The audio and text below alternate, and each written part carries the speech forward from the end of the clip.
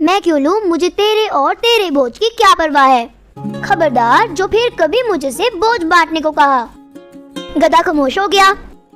अभी वो थोड़ी ही दूर गए थे कि गधा थक कर गिर गया। ये देखकर मालिक ने गधे का सारा बोझ उतारकर घोड़े की पीठ पर लाद दिया। अब घोड़े को गुरूर की हकीकत मालूम हुई।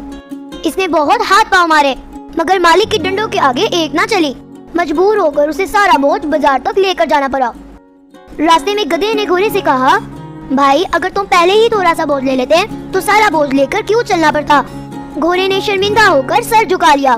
दुनिया में बहुत से आदमी ऐसे ही होते हैं जो दूसरों को मुसीबत में देखकर खुश होते हैं और उनकी मदद नहीं करते, मगर जब उन पर मुसीबत आती है तो रोते चिल्लाते और शोर मचाते हैं। हमें चाहिए कि दुख दर्द में और अपने भाइयों का हाथ बिठाए और उनकी मदद करें। स्टोरी कैसी लगी है कमेंट में जरूर बताइएगा।